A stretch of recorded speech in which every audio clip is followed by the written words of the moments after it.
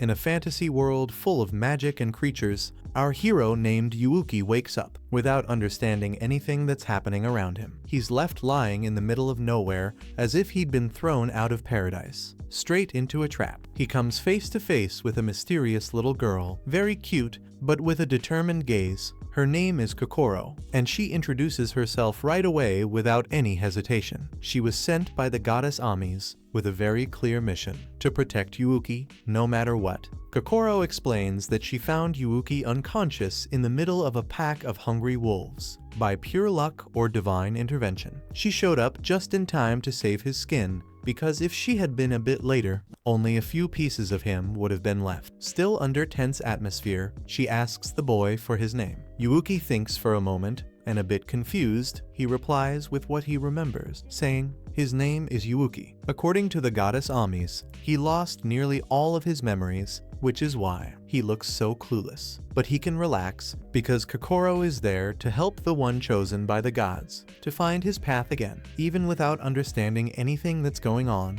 Yuuki decides to trust her. After all, Kokoro speaks with such confidence and doesn't leave any room for doubt. He just nods his head, pretending that he understood everything perfectly. To give him a hand, Kokoro pulls a snack out from her bag, a freshly made onigiri. She explains that since Yuuki's memory is wiped out, it's best to make sure that at least his stomach is full. He happily accepts it and devours the snack with joy, like someone who hasn't eaten in days. But the peace doesn't last long. Smelling opportunity, the wolves return for another round. Kokoro doesn't even blink, draws her weapon, and stands in front of Yuuki, ready to protect her master. She warns that even though they look scary, these wolves are just the beginning, and they're perfect opponents for training, gaining experience, and maybe awakening that hidden power that lies inside Yuuki. His future is a grand one, and she promises she's ready to face whatever comes. Alongside him, even confused, Yuuki realizes something important is happening there. So, with no real choice, he grabs a sword and joins Kokoro to face the wolf pack. But before he can even make a heroic move, Yuuki is caught off guard by a charge and ends up getting dragged far away. And poor guy, he doesn't even know where the hit came from. His first combat adventure ends in total failure, and once again it's Kokoro who saves the day. Despite the scare, Yuuki walks away unharmed, without a scratch to tell the tale. He gets up, slightly dizzy, and tells Kokoro that everything's under control, but before she can relax, he just faints again. Now, Yuuki is more lost than ever. He just woke up in this world, he has no memories, and he's behaving like a child, about 7 or 8 years old. Innocent, obedient, and with that pure look of someone who still doesn't know what to expect from life. Meanwhile, somewhere else in the mountain, the scene shifts to a girl with orange hair, who's calmly washing her face in a lake. Her plan is simple, to go to the town center that day, but suddenly she hears a loud scream coming from who knows where, interrupting any sense of peace she had. She runs toward the sound and finds 2 guys, one chubby and one very skinny, with the smaller one crying and holding the other, who's lying on the ground. The tall, skinny guy points to a big tree in the distance, saying that his older brother suddenly felt sick. The medicine is in the bag under that tree, and he begs her to go get it and save his brother. Since she's incredibly generous, she doesn't think twice and takes off in that direction. As soon as she turns around, the 2 laugh wickedly, and when she comes back, she finds out they ran off with her belongings. Meanwhile, Kokoro and Yuuki continue on their way to the city, which is full of people and noise. It's that typical chaotic atmosphere, and Yuuki walks around with a curious look, totally lost with so many new things around, and Kokoro takes the chance to start explaining the basics. In this world, there's everything: humans, beastmen, demons, elves, and many other exotic races. She even reveals that she herself is not human, but rather an elf. The city they're in is called Landisol, the heart of the continent, and it's the center of all the adventures they're going to have. Kokoro keeps talking and detailing everything, all excited, but suddenly, she realizes Yuuki has vanished into the crowd. Panicking, she looks around until she finds out where he went. Yuuki is standing still and hypnotized, staring at a food stall. The stall owner, seeing the two together, first thinks they're siblings, but then changes. He changes his mind and drops a comment saying they make a great couple. Kokoro, a little embarrassed, corrects him immediately, but Yuuki doesn't care, he just wants to eat. With shining eyes, Yuuki points at 2 dishes on the menu, choosing them, only based on the tastiest sounding name. When it's time to pay, Kokoro hands him the money, but he's completely lost with the rules of this world. Yuuki puts the coins in his mouth, thinking it's some kind of strange food, and Kokoro has to explain with all the patience in the world that it's money,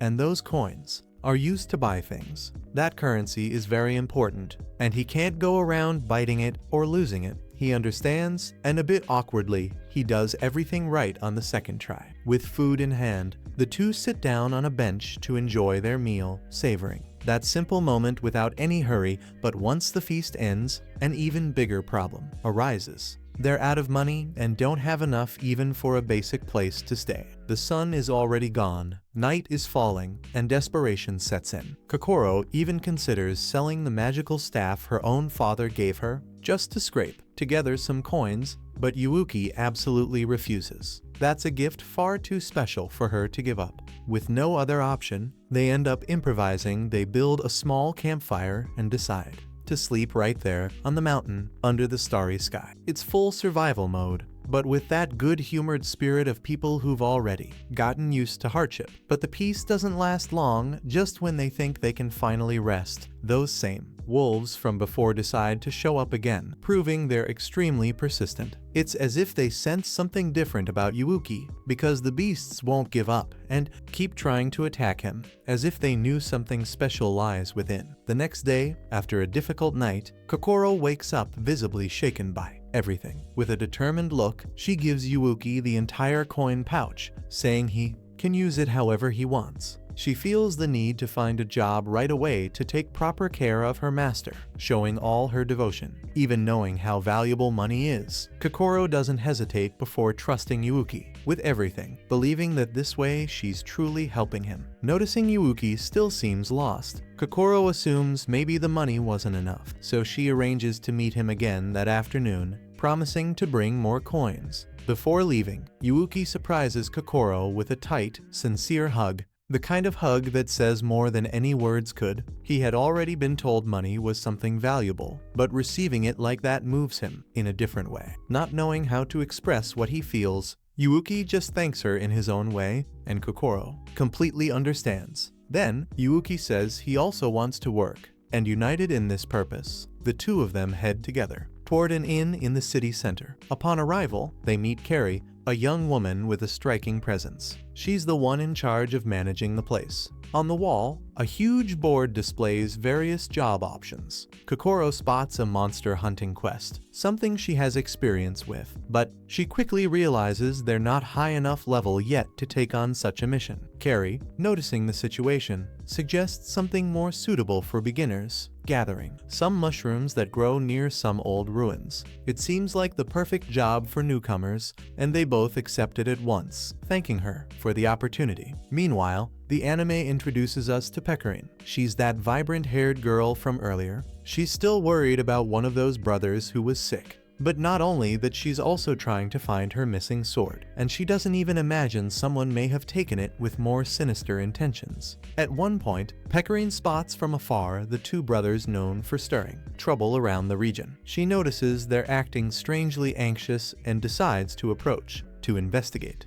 But as soon as they notice her, the two thieves take off running, racing through the trees in a desperate attempt to get away from her. Bat-Kun runs after them, determined, but soon loses sight of both. In the chaos, the brothers end up stumbling into a dangerous part of the forest, where something strange and threatening appears before them, turning the chase into a moment of pure desperation. They panic, realizing that now the problem is much bigger than just running from a tough-looking girl. While all this chaos is happening, Yuuki and Kokoro carry on with their quest to gather mushrooms around the ruins. Kokoro teaches Yuuki how to collect the best mushrooms, and after a few instructions, they split up to speed up the task. During the search, Kokoro finds a strange mushroom that repeats a funny sound. The sound is literally pewty pewty, so she decides to name it Putico. Meanwhile, Yuuki ends up crossing paths with Pecorine not long after, and he notices she's exhausted and starving,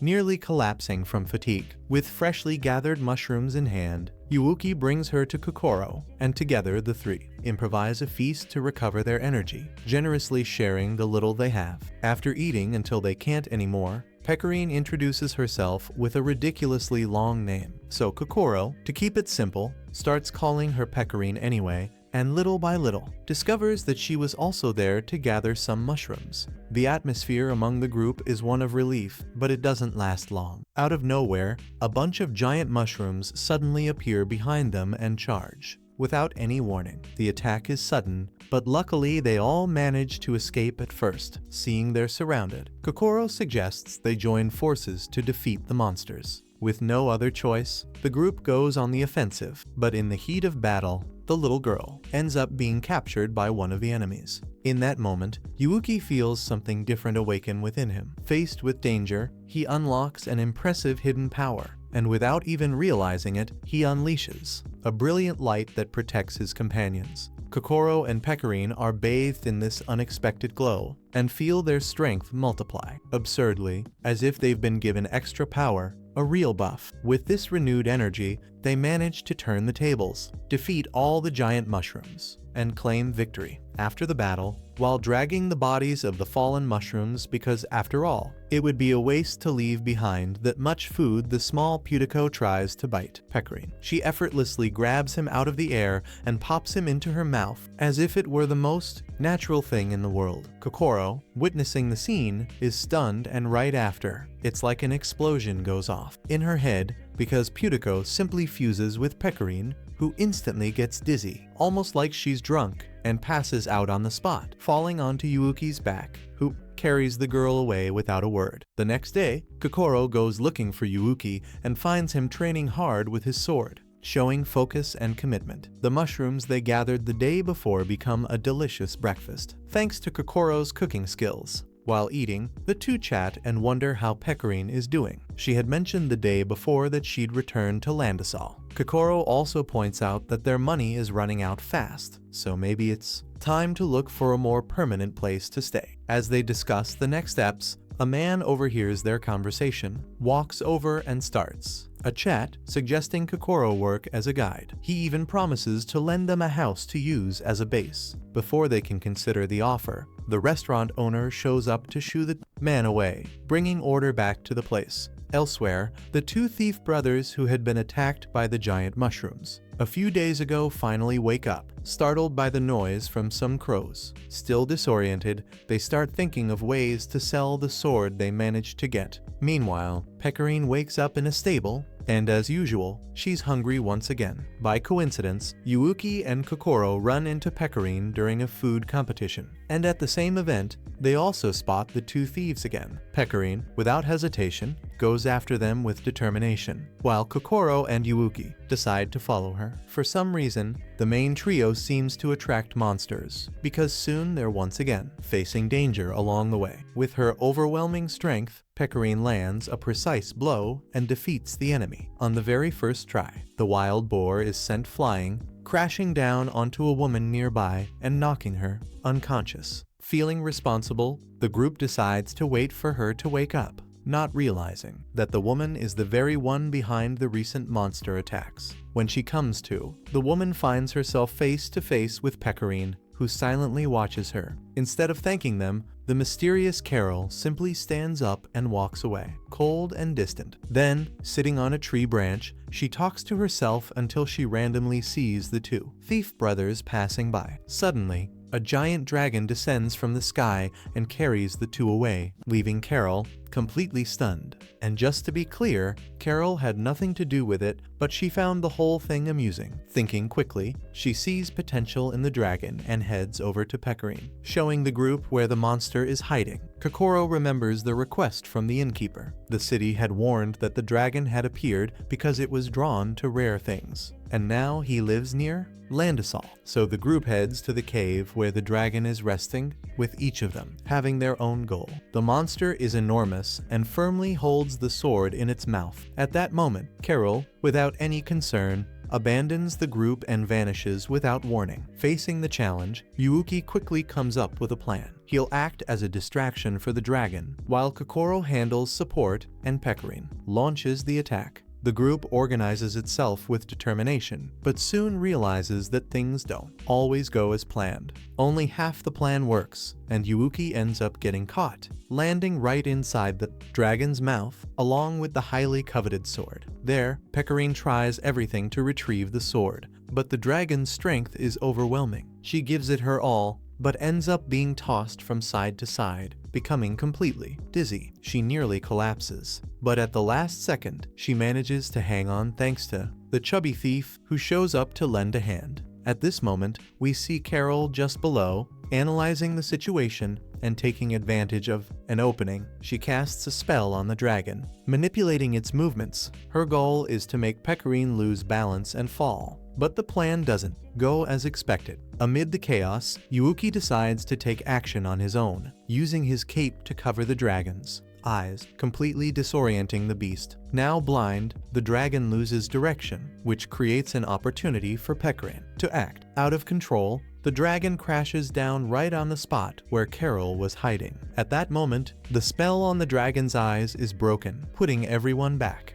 on equal footing. The monster awakens in a fury and charges straight at Carol, but Pecorine intervenes at the last second, courageously protecting the girl. With sword in hand, Pecorine steps forward for the final battle, and together they manage to keep everyone safe. The two thief brothers, feeling grateful, sincerely thank Pecorine for saving their skins and everyone else's. After things calm down, Pecorine takes Carol's hand, showing a true gesture of appreciation. After all, a big part of the victory came from Carol's effort, who guided the group down the right path. Without her, no one would have been able to defeat that beast. With the sunset painting the sky orange, Pecorine says goodbye to the two uncles, one skinny and the other rounder, and even manages to convince Carol to have dinner with her that night. Even if the menu is just a few rice balls made from lunch leftovers, the meal still carries a special taste. During dinner, Pecorine proposes creating a gourmet guild,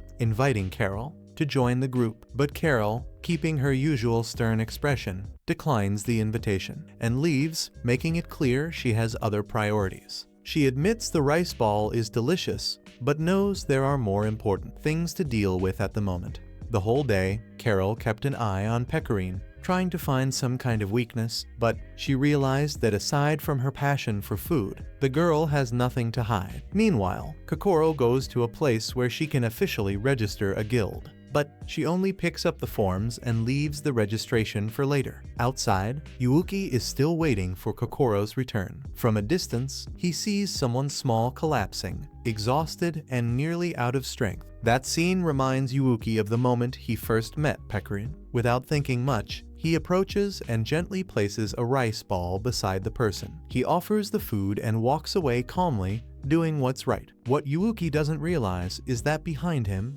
a smiling shadow watches with an enigmatic gaze, observing everything closely. As soon as Kokoro finishes collecting the forms, they head back together. Along the way, they find Carol spying from outside the restaurant where Pecorine is once again devouring everything in sight. Yuuki and Kokoro invite Carol to eat with them, proud as ever. She refuses, but the sound of her stomach quickly gives her away, showing that hunger speaks much louder. Now seated at the table, Carol tries to maintain her cold demeanor, avoiding any emotional closeness. Pecorine, always kind, hands her the menu, telling her to choose whatever she wants. But the restaurant owner soon shows up and announces that the ingredients are nearly gone. Only one special dish remains, an ancient recipe that few even know about. Without hesitation, Pecorine orders the mysterious option. When the plates arrive, Carol quickly notices the secret. All of them contain insects in the recipe. The presentation may be deceptive, but on the inside, the dish is still delicious. Kokoro tastes it first, without hesitation, and quickly offers it to Yuuki to try as well. Just from looking at it, Carol turns pale with fear. Kokoro, very calm, explains that it's important to keep Yuuki's meals on track After all, you can't live without eating. Taking advantage of Carol's distraction, Pecorine places a piece of the dish in her mouth. The shock is so intense that Carol nearly faints for a second, but to her surprise, the flavor is incredible. Lunch flows peacefully, with everyone enjoying the same food together. Embracing the moment, Kokoro slowly takes out the registration form and invites the group to form a guild. Pecorine doesn't hesitate for a second, runs up and hugs Kokoro, excited about the idea. As always, Carol keeps her distant stance, stands up, thanks them for the meal, and leaves without much talk. As she walks away, Carol starts blaming herself. After all, her mission was to eliminate Pecorine, and now here she is, sitting down, tasting insect food, and feeling completely at ease. Trying to distract herself, she grabs a tamarind, tastes the sour flavor, and decides to pick more. But soon hears a familiar voice calling her name. When she turns around, she sees an old acquaintance who immediately begins questioning her, asking if she isn't getting too comfortable while the mission remains undone. Irritated, Carol tries to ignore him, but she feels the weight of his gaze and the silent pressure. That won't leave her back. The next day begins, and Pecorine shows up cheerful, announcing that the restaurant owner has invited her to work there. He realized she has a special talent for handling the secret menu and made the offer on the spot. And the timing couldn't be better, since Pecorine was out of money, and now she can work, earn her own income, and still taste everything she loves. On the other hand, Kokoro holds the guild form, feeling a bit down, and this time, she's not even excited to show it to anyone. On her very first day at work, Pecorine wins everyone over. With her upbeat personality and contagious energy, she fills the restaurant with joy, making every customer feel at home. Meanwhile, Kokoro just watches, takes a deep breath, and realizes that the dream of forming a guild will take a bit longer to come true. 3 little girls enter the restaurant and are immediately welcomed by Pecorine, who offers them the most famous dish in the house. Outside, Carol paces back and forth, lost in thought. The day before, her boss had ordered the immediate cancellation of the mission to eliminate Pecorine, and now everything feels a little different. Later, Carol hears a few words that warm her heart, restoring her confidence. With her spirit renewed, she feels that divine forces are on her side, ready to help. And just like that, she decides to walk through the restaurant doors. As she crosses the entrance, Carol hears Pecorine about to serve breaded shrimp to a group of innocent children. Noticing Carol's presence, Kokoro takes the chance to grab the guild application form and discreetly approaches her. However, Carol notices and immediately calls her out, scolding her before any invitation can be made. Suddenly, Carol remembers the reason she came there. It was exactly to join the guild. After clearing her throat twice, she starts to speak about it, but stumbles over her own words. Before she can explain, a huge man walks into the restaurant, imposing his presence with an arrogant attitude. The rude and impolite man bluntly asks if they serve insects there. Before finishing the sentence, he starts pushing other customers aside, creating a tense atmosphere. He throws himself into a chair in the middle of the restaurant, demanding to be served immediately. The restaurant owner appears to try to restore order, but ends up being caught off guard. The man breaks his arm as if it were nothing, shocking everyone around. Faced with the situation, Pecorine decides to take action. She accepts the challenge, determined to show her talent in the kitchen. What few people know is that Pecorine has a special gift. Just by tasting any dish, she can instantly understand how to prepare it perfectly. She prepares a meal with flawless presentation and irresistible flavor, pouring her heart into the recipe. The man, who was actually sent by a rival to ruin the restaurant's reputation, is already set on criticizing everything, no matter how good it tastes. Meanwhile, Carol sees the fallen form on the ground, thinks for a second, then gets up and takes initiative. Before the man can try the dish, Carol steps in and asks him to wait just a moment. With confidence, she says she'll reveal the true taste of the gods. She grabs some tamarind, squeezes its sour juice over the dish, and finishes the recipe with an unexpected twist. The plate, served by Pecorine and completed by Carol, even shines with a special glow, capturing everyone's attention inside the restaurant. The man can't resist and, on impulse, he immediately grabs the chopsticks to give it a try. The moment he tastes the first bite, He feels an explosion of flavors, something he had never experienced before. He even doubts whether that dish was really made with bugs. Each bite delivers a delightful harmony, as if he were listening to a symphony inside his own head. The people who were expecting chaos, thinking the man would ruin the restaurant's reputation, end up just watching, filled with curiosity and hunger. The man's spirit lifts to the skies. He surrenders to the moment, declaring for all to hear that the dish is simply sensational, but trying to maintain his pose. He throws the plate to the floor, smashing everything. He threatens them, saying he'll shut the restaurant down no matter what. Yuuki, seeing the scene, won't accept that. He firmly grabs the man's arm and, with a determined look, makes it clear that he may try whatever he wants, but wasting food won't be allowed. At the end of the day, with everything calmer, Carol finally gathers the courage and tells the group she's officially joining the guild. Now, with 4 members, the team is complete, ready to face new adventures. Their goal is simple and ambitious: to explore the world, discover all kinds of food and ingredients, and enjoy every meal together. Excited, they head to the house they got to use as the guild base, but once they open the door, disappointment strikes. From the outside, it looks like a dream mansion, but inside it's a mess, everything old, dusty, and with a spooky atmosphere.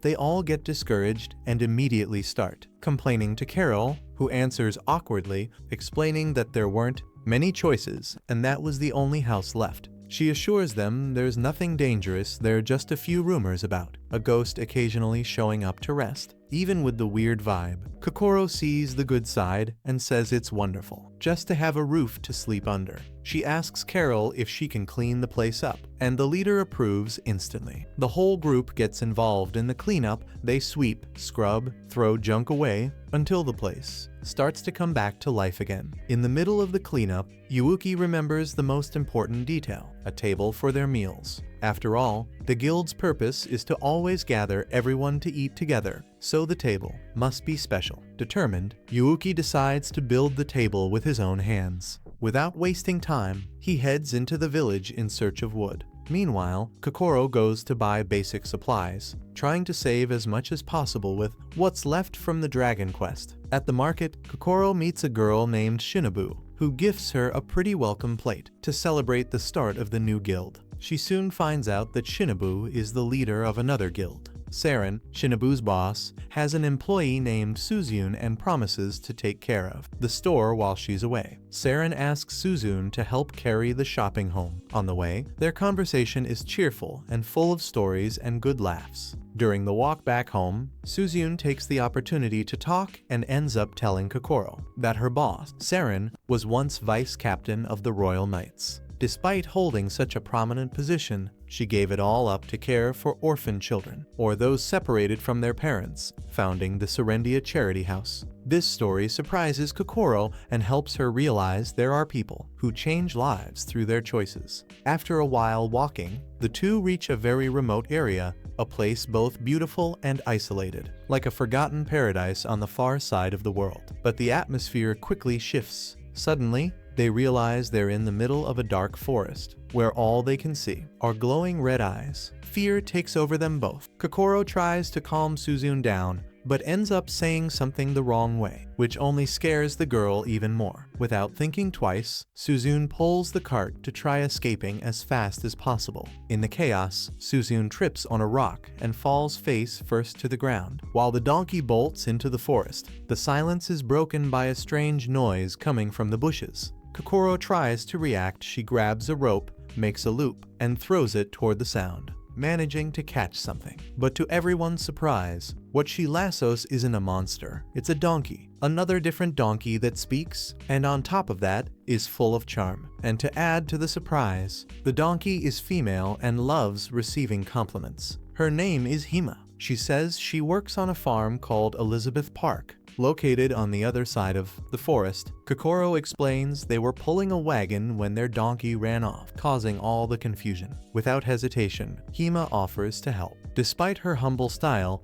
she proves she's truly strong and doesn't mind carrying weight, since on the farm she deals with even tougher tasks every single day. Kokoro even feels a little embarrassed, thinking Hima might get exhausted from carrying such heavy loads, but quickly realizes that, for the little helper, That's no big deal. Meanwhile, back at the guild house, Yuuki and Carol continue the cleaning. Carol sets up a chair so Yuuki can reach the window and clean it more easily. But out of nowhere, a bug crawls up under her skirt. Terrified, Carol lets go of everything, and the chair Yuuki was standing on loses support. He ends up falling straight to the floor, hitting his head hard. After the fall, Yuuki feels a bit dizzy, almost as if he's dreaming. In that state, he ends up seeing a mysterious girl. It's Amis, the goddess who had appeared before. She speaks briefly, giving him just a hint of what's happening, because she knows. Yuuki isn't ready to understand the whole truth yet. Amis doesn't go on for long, but she creates a magical shield and sends him back to reality. Before disappearing, she leaves behind an important message. When the bond between Yuuki and the girls in his group becomes stronger, she'll return to help him once again, just like before. However, Yuuki must be patient until that moment arrives. When Yuuki wakes up, the first thing he sees is Carol's worried gaze, who breathes in relief upon realizing that nothing serious happened. He still remembers the message from the dream, especially regarding Carol's complicated situation, and tries to show that he's okay, making a small gesture to reassure her. Even while still a bit disoriented, Yuuki feels that he'll be back to normal soon, ready to face the next challenges alongside the guild. A while later, we see that the handmade table is finally finished, and Carol has to admit, that little girl is talented, not just at cooking, but overall. Still, it wasn't so simple. The table was so massive, it couldn't fit through the door, so they had to spend ages adjusting it. Meanwhile, Kokoro ran into a gang of thieves. When they saw Hima, they immediately went after her, wanting to capture the girl and sell her to a circus, ignoring the other two girls standing beside her. The problem is that they kept calling her a donkey, but honestly, the only donkey-like thing about her is her mindset. That's why Hima gets annoyed, pulls out a sword, and settles things quickly. After finishing the job, she gets hungry again. Hima then pulls out her special apple and takes a bite, and then something happens that leaves both girls absolutely speechless. After transforming, that cute and furry creature turns into a stunningly beautiful girl. And so, at the end of a long day, everyone finally finishes their tasks. Kokoro returns home, sees everything neat and clean, and smiles in satisfaction. Meanwhile, Hima is taken back to her owner by Suzume, and so that eventful day comes to a close. The next day, Yuuki ends up catching a cold, and Carol comments that it's because he always goes to sleep with wet hair. Pecorine makes some porridge and takes it to him, saying she heard that eating something hot helps soothe and improve the flu. However, after just one spoonful, Yuuki's spirit nearly leaves his body. Pecorine tries to encourage him to eat more, and he forces down another bite. Carol doesn't like it at all and says they're spoiling him too much. She insists that he just needs proper rest to get better. Seeing how unwell he is, Carol goes to check his fever, but just by touching his forehead, she jumps back in shock, because the heat is insane, like the sun itself. So Kokoro starts preparing a natural remedy like the ones she used to take in her village. The medicine even includes bugs, and Pecorine is about to put some insects into the porridge. Carol gets really upset with that idea, and says not everything can be solved with insects. And since there's no other way, the best solution ends up being to take Yuuki to a hospital. Otherwise, the two of them might actually end up killing him in the process. The problem is that Carol has no idea where to find a hospital, so with a huge map in hand, they decide to just enter the first place they find. That's how they end up in a strange location and are greeted by a girl with a witch-like face. She's dressed as a doctor and nurse at the same time, quite unusual, but she seems to take her work seriously. Pecorine even reminds Carol not to judge someone just by their looks. The doctor asks Yuuki to take off his shirt for a full checkup, and after examining and lifting his arms, she sees something strange and immediately wants to schedule surgery. Everyone goes silent, and now all they can do is wait and see what this eccentric doctor will do to help the boy recover 3 times faster. Yuuki is taken straight to the surgery table, tied down at both hands and feet. Outside the room, Kokoro gets so nervous she starts messing everything up in the hospital. Overwhelmed by worry, Carol scolded her, saying she always panics whenever something bad related to Yuuki happens. She tells Kokoro to calm down. After all, they're in a health clinic, so everything will turn out fine. Suddenly, a high-pitched sound came from inside the room, making all three of them go pale, and Kokoro went into panic again. If Pecorine hadn't held her back, she would have already set the hospital on fire. That's when a very thin man came running past, tripping over them and still complaining, as if they were blocking the only possible path in the hallway. He was the same troublemaker from the past few days. He pointed at Pecorine and started ranting, saying he wouldn't even be sick if it weren't for her. Suddenly, the sound of a saw echoed again from the room, and the man panicked, realizing that if he missed his chance to escape, he'd never get out of that place again. To him, this place felt more like a prison than a hospital, so while those beasts weren't around, he needed to find a way to run. The girls had no idea what was going on either, so they started to think maybe they should take Yuuki to another hospital. Suddenly, they heard a noise coming from the back, the same alley where that guy had vanished. A girl appeared holding an axe, dragging an unconscious man behind her. All three girls were shocked, staring at the sign that said surgery room. Carol asked the nurse about the disease Yuuki supposedly had, but she said nothing and only mentioned that today his family would take him home. And Kokoro immediately fainted. No one imagined a simple hospital visit would end like that. Ever since they formed the guild, only strange things had happened. And now that little Kokoro had dropped stiff to the ground, the other two were completely lost. And in moments like this, Pecorine says it's best to eat so you don't collapse too. The name of the girl who had handled the patient earlier was Eriko, and while she was walking down the street, she heard someone calling from a fortune-telling tent and decided to enter. The woman said she wouldn't charge anything because her father wanted to read the fortune of someone special, in this case, Eriko. On the table sat a skull, and the spirit inside came out and invited Eriko for tea. She was outraged and slashed him with her sword. She said she didn't tolerate those kinds of jokes and that she wanted to teach him a lesson. The skull quickly turned docile and started telling her fortune. Now on her way back home, Eriko was excited, though she couldn't understand why so many weirdos kept hitting on her. Still, she always shut them down fast. She started to think that true love wasn't necessary, and sometime after that, she passed by the surgery room she had visited earlier. But the sound of someone gasping inside made her stop. Yuuki looked like a fish out of water, gasping in the dark. When he opened his eyes, the first thing he saw was Eriko staring intensely at him. The shock was so big, he almost stopped breathing. The next day, the girls were already up at home, and they wanted to know whether Yuuki had gotten better. That hospital was a bit insane, and it was making Carol even more anxious. After breakfast, they decided to go check on Yuuki, and that morning, hunger was the last thing Yuuki felt. All he felt was pure panic, because Eriko was standing there with those intense red eyes, holding a plate of rice for him. Pecorine and the rest of the group were arriving at the hospital's entrance when they noticed a crowd gathered. They were shouting that the hospital had taken everything from them. And in response, the nurse Nanaka said she didn't want to talk to people from the other side of town, and so they'd better not show up too much. But that only made the crowd angrier. They started asking whether that thief, Eriko, was around. The moment one of them said that it wasn't Eriko who showed up, it was the gleam of an axe.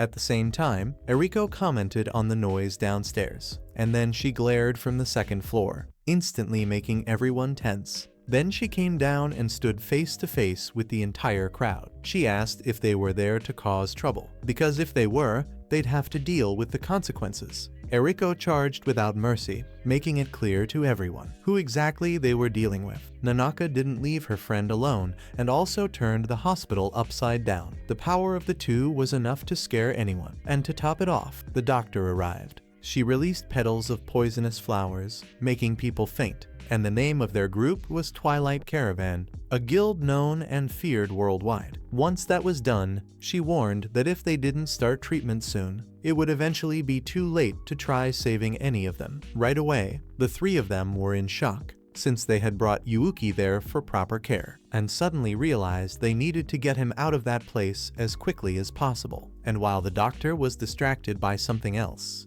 They snuck into the room only to come face to face with Eriko. At the same time, Yuuki was sitting in a chair, tied up like a chicken about to go into the oven. Eriko was just about to force that strange ring onto Yuuki's hand, and the three girls outside started planning how to fix the whole mess. Carol took charge of thinking up a strategy, and since Kokoro had a knack for dealing with bugs, this was the perfect moment to put that skill to use. Suddenly, a cloud of purple smoke filled the hospital. Taking advantage of Eriko leaving to investigate, they broke into the room to try and rescue Yuuki. Pecorine and Carol were just about to escape with him, but then they realized they were trapped. Both upstairs and downstairs, dangerous people were blocking the way, and if they were caught, there'd be no place to run. Carol decided to act brave, faking a stomachache and putting on a performance for the others, giving Pecorine just enough time to throw Yuuki out the second-floor window, as that was the only way out. Carol and Pecorine then took Yuuki to a more traditional clinic,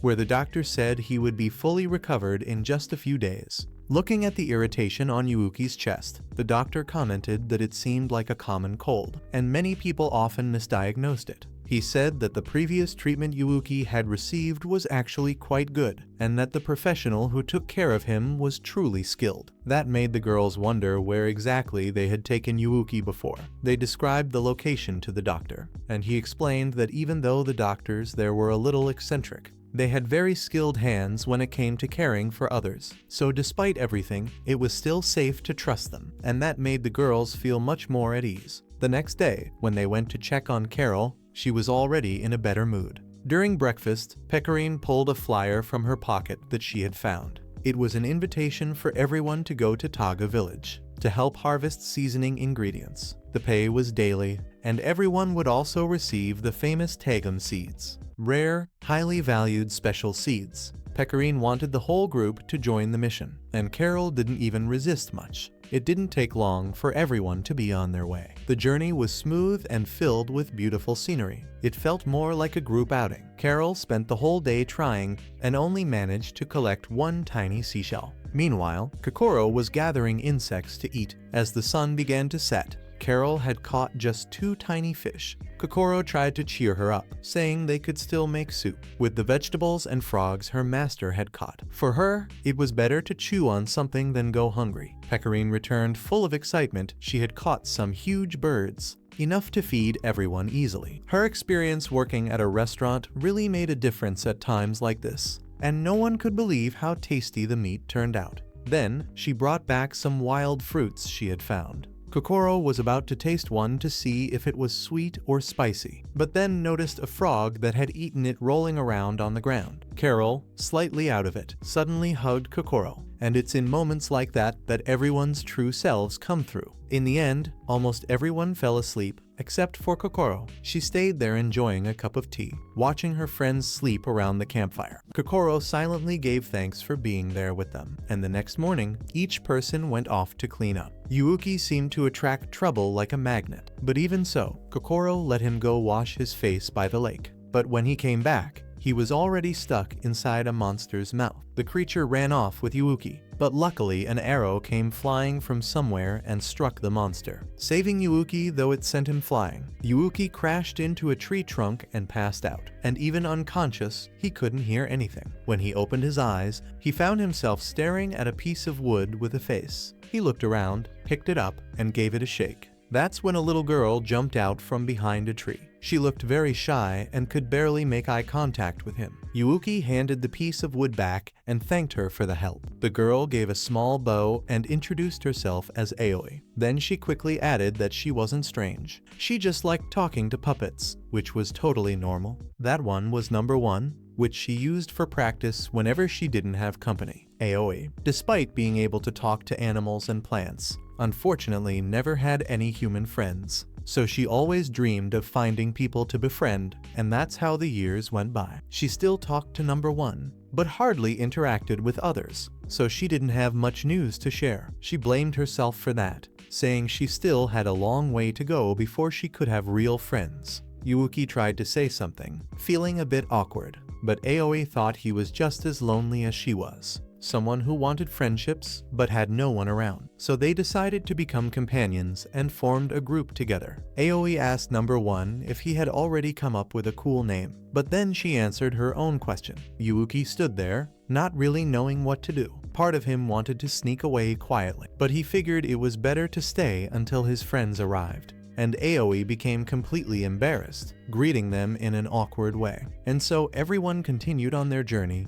with Aoi following behind. Carol invited her to walk with them, but Aoi was too shy and preferred to stay in the back. Pecorine commented that it was lucky they ran into Aoi just as they arrived in Targan to gather fruit. Soon, a very beautiful girl appeared, welcoming everyone to Targan. Her first question was about the name of their group. Kokoro froze. She had never thought of that before, but Pecorine quickly saved the moment by saying the name of their guild was the Gourmet Guild. The girl introduced herself as Misato from the Forestier Guild. Alongside her were a few other girls, like Hatsune, who was probably lost or asleep somewhere at that moment. Misato said that soon the team from the Elizabeth Park Guild would also arrive to help. Everyone just had to wait a bit. Kokoro remembered that that was the guild of the girl who had helped her once, when she went shopping alone. Meanwhile, Hima and her team were on their way. Their guild had 4 members. When they went to rest, they noticed something bizarre. Several dark shadows that looked just like them. Even their magical powers were identical, like eerie reflections. The Gourmet Guild team circled around the village and ended up finding a girl, floating way up high, sound asleep. Even after crashing into a stone pillar and falling to the ground, she kept sleeping. Pecorine went over and woke her up, asking if she was okay. The girl was Hatsune, also from the Forest Guild, the one Misato had mentioned earlier. In the forest, Hima and her teammates quickly defeated the fake copy of Hima, but just when they thought things would be easy, a strange energy appeared and gave them a serious beating. The one who attacked them was Christina, who was Carol's partner. Hatsune then talked about her younger sister, who loved books. Her name was Shiori, and even with poor health, she could stay up all night reading. Hatsune had bought some new books and just wanted to see her sister again. No one there knew that at that exact moment, the much-anticipated sister was facing a huge problem on the other side of the forest. Sometime later, we see the Gourmet Guild crew waking up early to pick fruit in the fields. Kokoro took some soil in her hand and noticed how well it had been cared for. The drainage was excellent, everything was in order. The smell of the spices was so good that it made everyone hungry just from the scent. Hatsune showed up too, and now she was no longer left lying in the streets. It turns out that every time she uses her powers, she runs out of energy and falls asleep, no matter where she is. Because of that, she decided to stop using her powers, and everyone was surprised. After all, it was the first time they met someone with such special abilities, a power so great that it made the person fall asleep. Misato tried to reassure her, saying everything was fine, and that she could trust them, since everyone there seemed like good people. Soon, the noise of the villagers drew everyone's attention. They ran to see what was going on and saw the Elizabeth Park group being brought in on stretchers. Mihiro, barely conscious, said they had faced a group of imposters in the forest. Not only that, but they had also been attacked by a very strange and cruel woman. As for Shiori, they had gotten separated from her during the attack, but they did their best to help. Surviving that encounter had been extremely difficult. Kokoro ran to help Hima, who was badly hurt, while at the same time the villagers started whispering among themselves, and the rumors were confirmed. Many people had seen perfect copies of themselves in the forest, and they were being attacked by those clones. And on top of all that, even the innkeeper had gone missing several days ago. Hatsune decided to use her power to search through Rima's memories and immediately realized the situation was really strange. She became desperate, wanting to run off to find and save her sister. But Misato held her back, saying they should rescue Shiori together. Yuuki agreed right away, saying he would go too. Aoi also decided to join, and that completed the group, with everyone determined not to leave anyone behind. In the end, this wasn't even the Gourmet Guild's mission, and they didn't have to get involved. But they're the kind of people who just can't turn their backs on a situation like this. What they didn't imagine was that deep inside that forest, there was already a powerful trap set, just waiting for someone to walk into it. Pecorine remembered to call Karen for this trip, but realized she had already been missing for quite some time. Meanwhile, our villain, after manipulating the mind of a local resident, simply absorbed his soul into herself. And without needing to explain anything else, it was already clear she was going to be a serious problem for our heroes. Hima had already recovered thanks to Kokoro's care and returned to the place where it all happened. Aoi noticed the atmosphere there felt strange, kind of repressed, as if the place was afraid of something. Hatsune used magic to fly over the area, but suddenly felt an energy coming from somewhere. The energy was targeting her. Luckily, it wasn't her time yet, so Hatsune escaped unharmed, but the energy drained all her strength, and just as she recognized a familiar name, she became dazed. Shori appeared to confront Hatsune, but everything was strange. Shori began changing colors, going from gray to red, and then she decided to attack her own sister. Hatsune gathered all the strength she had to defend herself, and after turning dark, Shori became even more powerful. The impact of it all shook the entire forest, destroying a considerable portion, and when the others arrived, all they saw was Hatsune kneeling on the ground, crying. They told her not to give up, because they still needed to understand what was going on. And while all of this was happening, Carol was isolated at the top of the hill. She feared that if things kept going this way, the village would be destroyed. Earlier, Pecorine had already noticed Carol's strange expression and became suspicious. Carol hid what she was thinking and replied, saying she was just imagining things. She said not everyone wakes up cheerful like her. And while they were talking, a sharp scream pierced the air, followed by very strange sounds. Pecorine didn't hesitate and ran off. The village below was completely surrounded by demonic creatures. Terrifying souls chased the villagers. In shock, Pecorine managed to arrive in time and save a girl, and an arrow flew. Right past them, it was from Shori. Yuuki and Hime ran after her and saw that the path led to the village. As they were about to try helping everyone, Christina appeared. Hime warned everyone to stay alert because she was responsible for the attack on Elizabeth's guild. Christina easily found their weaknesses and charged in. Yuuki tried to defend, but couldn't handle it. Kokoro managed to create a barrier in time, and since Yuuki couldn't take the pressure, he collapsed and passed out. In a dream, Yuuki met a familiar goddess named Amis, who awakened him, and for the first time, Yuuki truly panicked, begging to return to reality immediately. His group was in a life or death battle, so he needed to go back as soon as possible to help. Amis just shook her head, surprised by how quickly Christina and Yuuki had reunited, but it seemed even she didn't fully remember. At the moment, Amis couldn't interfere in the real world, and only he could help Kokoro's group. She then told him to release the power of the warrior princess, the one he used, before he lost his memory. She asked him to remember it and save his friends. Meanwhile, during the battle, even Hime, with her strong heart, had fallen. Yuuki suddenly woke up, as if by a miracle, and immediately used his power to strengthen everyone. The group felt a new energy,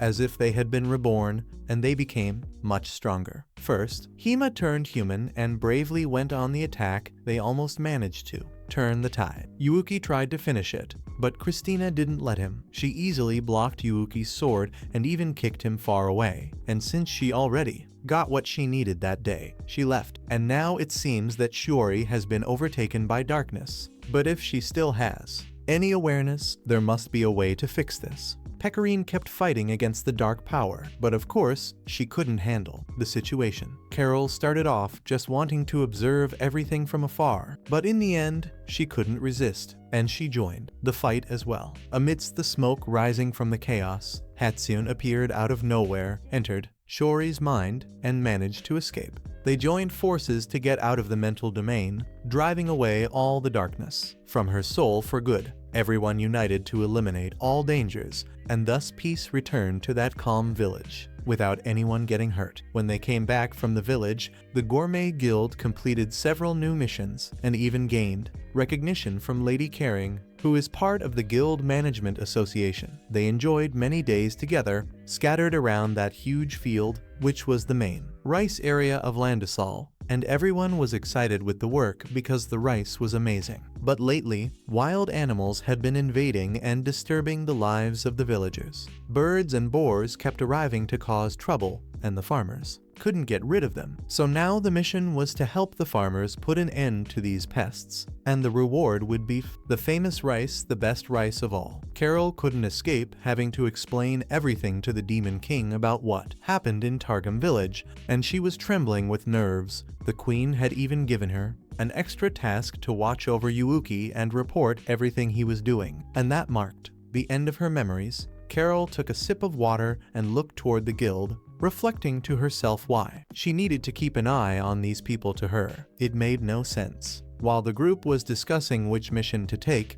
Yuuki noticed a paper pinned way at the bottom. It was a mission to find a master. Karen quickly told everyone that it wasn't even a real mission. Carol thought the whole thing was a waste of time and walked away, not taking anything this time, but Yuuki kept holding that paper, deep in thought. As they walked out, they came across some kids making noise and crying. Carol said anyone who wanted could care about that, but she wouldn't. Then she headed home, but the children quickly stood in front of her, blocking the way and refusing to stop crying. In the end, they all ended up sitting in a diner talking, and that's when they found out the kids were the ones who had posted that mission request. The little ones really wanted to find the master to show them the path to becoming real adventurers. Carol asked why they were so excited to become adventurers, and the answer was obvious. They wanted to be real adventurers and improve everyone's quality of life. And that made everyone uncomfortable because deep down the children showed more interest in being adventurers than they did. Yuuki then agreed to become the kids' master right there. Later on, Carol was lying on a hammock thinking about what to do. This mission seemed simple, but was actually a lot of work.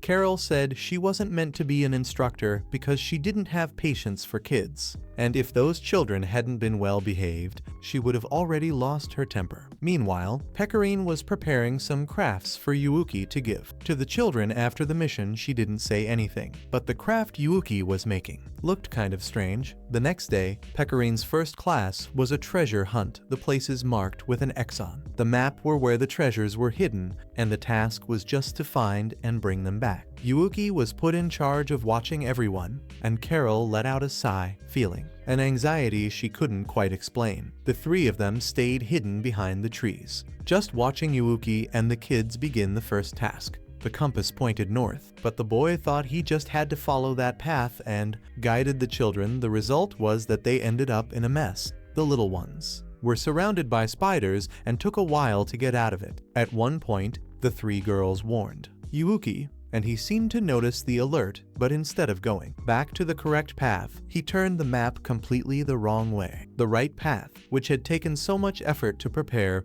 was ruined, and Pecorine tried to use her special item and outfit she had spent the entire night making. She tried to warn the kids that path would lead nowhere, but unexpectedly the group of children teamed up and defeated her quickly. The trail got more and more complicated, with everyone ending up in the most dangerous places. They encountered several monsters along the way. Yuuki had already lost count of how many traps he had fallen into. Carol and Kokoro worked extremely hard to save him, and after that, everyone sat down exhausted, and Carol couldn't understand why. In the end, everything always ended up falling on her and the other girls. To top it off, it seemed like Yuuki only knew how to cause trouble. He ended up right inside the mouth of a monster bird, and there went Kokoro, Carol, and Pecorine to defeat that creature. They realized that this was the real one responsible for ruining the crops. And now everything made sense because not even gathering all the farmers together would be enough to handle this problem. And after a whole day of facing creatures,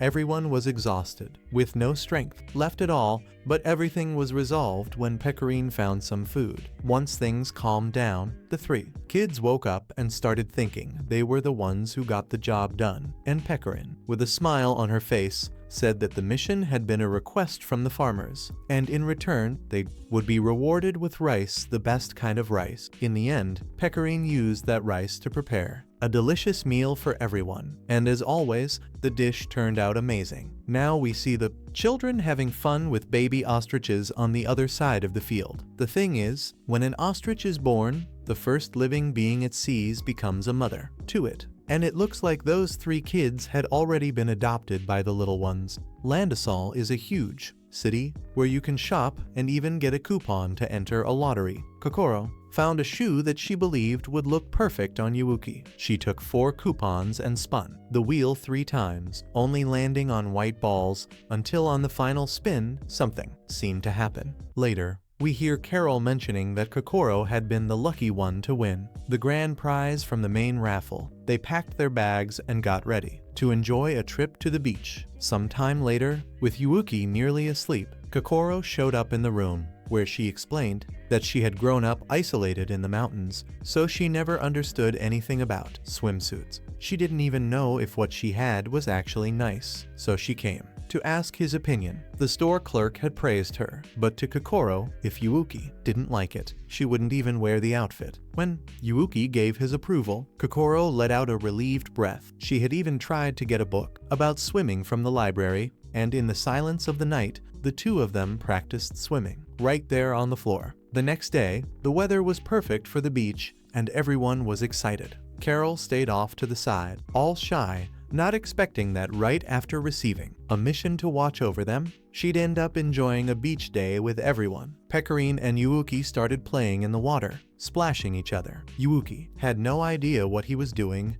and ended up getting a face full of salt water, only realizing afterward that the water was salty. Kokoro carefully explained that seawater is salty and he needed to keep his eyes shut to avoid the sting. He understood the trick and started splashing water at them. Pecorine, excited, began throwing water at both Kokoro and Yuuki, who ended up drifting away, carried by the waves. Of course, they weren't going to leave Carol out of it. Pecorine went over to her and asked if she didn't know how to swim. She said she didn't, so Pecorine had the brilliant idea to push Carol onto a float, pretending she was a ship. The experience left Carol terrified, and when they came back, Pecorine was exhausted. Kokoro was surprised to see her like that, so Pecorine decided to reveal a secret. She explained that the armor she wears gives her more strength, restores energy, prevents pain and cold, and does many other things. But the downside is that it leaves her with an absurd hunger. Sometimes she even passes out from it. Without those clothes, Pecorine is just like any normal girl. Kokoro realized that both her strength and her insane appetite had a hidden cause. Carol grew curious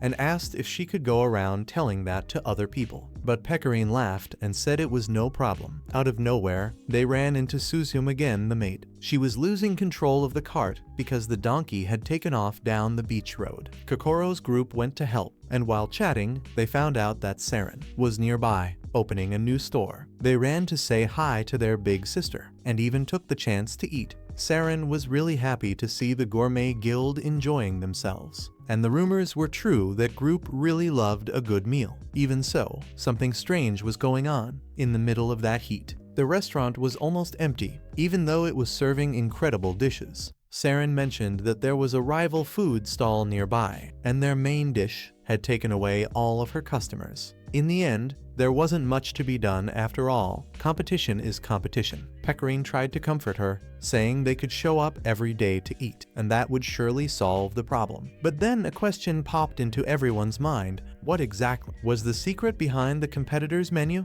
The other stall was massive, the service was lively, and the crowd there never stopped coming. Visually, it was hard to compete with all that. But what really made the difference was their technique. Their barbecue was truly outstanding. Only then did the person in charge. She decided to introduce herself, saying she was Akino, the leader of the Mercurius Foundation, and explained things more clearly. On this beach, the custom of eating ice cream was now a thing of the past, because after a cold sea bath, what the body really asks for is hot food and a sweet treat to give energy. Akino then went over to challenge Saren, but the owner of the stall stood her ground without even considering working for someone else. Mifuyu couldn't take the tension and ended up speaking her mind. The leader's real interest was to count on Saren's talent, but she didn't know how to invite her properly. She also complained that with so many inexperienced people around, it might be complicated. That kind of comment only made Carol's anger grow stronger.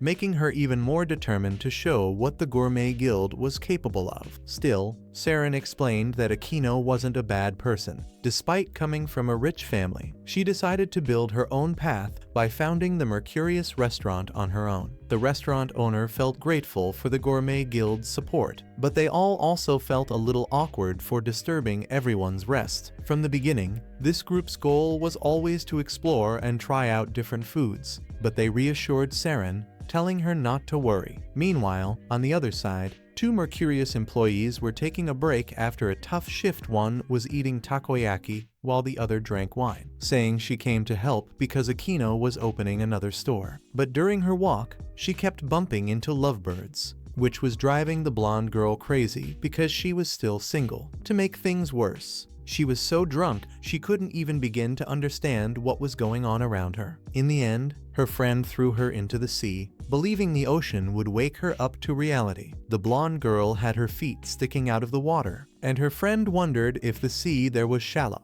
But right after that, the seawater suddenly rose, and a monstrous scream was heard across the entire beach. Everyone started running, saying a monster had appeared, and the noise reached all the way to Pecorine and the rest of her group, who were fishing nearby. Pecorine didn't hesitate for a second before running to try and help. Once she understood the situation, she wasn't afraid to take a risk and pulled her friend out of the mess using only the strength of her arms. The situation was chaotic, but brute force alone wouldn't be enough. Everyone joined forces, and together they managed to subdue the giant creature. After that, they finally got to relax. In the end, the years-long rivals decided to call a truce, especially after Saren managed to recover her customers, so no one came out as the loser. Both recognized how important it was to compete and cooperate at the same time. They thought about the possibility of growing together, and after the reconciliation, Carol invited everyone for a swim. She used a spell on all of them, allowing them to explore the ocean floor and enjoy a brand new view. Kokoro wanted to deliver the fresh seafood to the restaurant owner, and since Pecorine had gone out shopping, she didn't go along. Kokoro thought it best to take it right away, since it was still fresh. But when she opened the door, she was met with an even weirder atmosphere than usual. Two regular customers were practically on their knees, begging the owner to prepare something for them, while the chef just hugged his knees and kept repeating he wanted pudding. Kokoro thought about reminding the bar owner to get some rest, but before she could, he had already started making more pudding. Yuuki looked up and said there was something strange up above, but no one else could see anything unusual. Then a mysterious voice appeared, introducing herself as Shinobu, a fortune teller from the city. She came because she heard the shop owner was showing some strange symptoms, so she decided to investigate on her own. Soon after, she realized there was a spirit going crazy in the bar, right above the man's head. The ghost was haunting the shop owner to force him to keep making pudding. Shinobu also noticed that Yuuki had the gift to see supernatural things, so she quickly invited him to visit her guild. They went there, and the atmosphere in her guild was quite spooky. Suddenly, a weapon fell right in front of Yuuki, scaring everyone. Up above, two little girls were trembling in fear.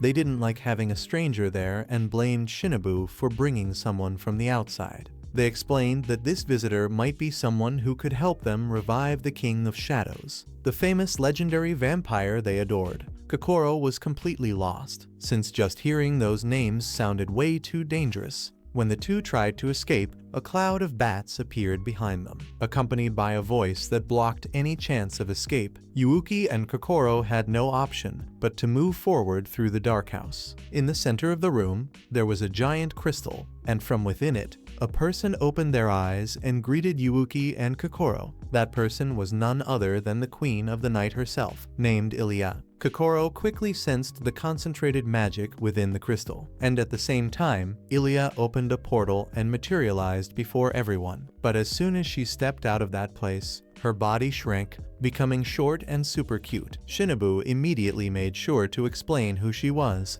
That was the Queen of the Vampires, the supreme leader who once led a war against humans, elves, and beast folk. She was ultimately defeated in a divine battle and ended up sealed away, but they had managed to break that seal. However, part of her body was still sealed, which meant the vampire queen lacked sufficient mana. That's why she was stuck in this miniature version of herself. Even so, Kokoro remained suspicious, worried the queen might want to devour her master, but she soon realized that wasn't the case. Ilya placed her hand on Yuuki's chest and sensed the dormant energy within him, realizing that this was the key to restoring her full strength. However, things quickly took a turn when her own bats started attacking her, taking everyone by surprise, since no one expected her magic to be that weak. Upon seeing her getting attacked, Yuuki didn't hesitate. He grabbed the queen and tried to escape with her. Probably seeing her injured awakened something inside him, causing him to release a powerful energy. The energy burst from Yuuki's body and struck Ilya directly, restoring her adult form and returning her full power. At last, she revealed her true strength, taking control of the room and frightening everyone with her intense aura. Everyone now realized they were truly face to face with the legendary vampire. But this moment of glory was short-lived. She quickly returned to her smaller form. Kokoro reminded Yuuki that it would be best to leave while everyone was still distracted. However, when Yuuki saved the vampire queen, he accidentally spilled several puddings onto the floor, and running away after doing that wouldn't be a smart idea, especially since the little girl was now very angry and threatening to cast a heavy curse on them. Some time later, Carol was already back home waiting for the group to return when she heard knocks at the door. She opened it to find Shinobu and Miyako standing there. She immediately grew worried, thinking all that chaos would end up bringing a curse into their house. Even while crying, she let everyone inside while trying to think of a solution. Kokoro explained everything to Carol, but Carol couldn't stop panicking at the idea of sharing her phone with a ghost. Meanwhile, Pecorine was out shopping and happened to run into some familiar faces. It felt strange seeing that whole group gathered like that. One of them mentioned that the restaurant owner had been possessed by an entity that no one could see. But thanks to Yuuki, everything had been resolved, and they were now celebrating. However, right after finishing that sentence, he was smacked in the back with a pan. Pecorine thought about helping, but the one who hit him turned out to be his own mother, which actually lightened the mood. Back home, Carol was completely lost, fumbling around with a bowl, trying to make pudding, even though she didn't have the slightest idea what she was doing. Kokoro tried convincing the little ghost that no one there had any cooking talent, and suggested she wait for Pecorine to arrive, since she was the only one truly skilled in the kitchen. Even so, Miyako didn't agree right away. By the time Pecorine got back, it was already too late. Her friends had all been transformed into puddings, so she made a promise to the little ghost. She would create an amazing dish, but only if Miyako agreed to return everyone to their original forms. Pecorine quickly whipped up a fantastic pudding, and the moment the ghost girl tasted her first spoonful, she felt as if she were ascending to heaven. The little ghost was finally leaving our world and heading to the afterlife, but then Pecorine suddenly showed up holding 2 giant trays, claiming she had used fingers as a secret ingredient for the pudding. That revelation shocked Miyako so much that she came crashing back to Earth in sheer panic. Shinobu took the opportunity to escort the little girl away, thus bringing the ghost girl's arc to an end. And that wraps up our story. Don't forget to leave a like, subscribe to the channel, and drop a comment letting us know what you thought of the anime. That's all for now. Thanks for watching, and see you in the next video.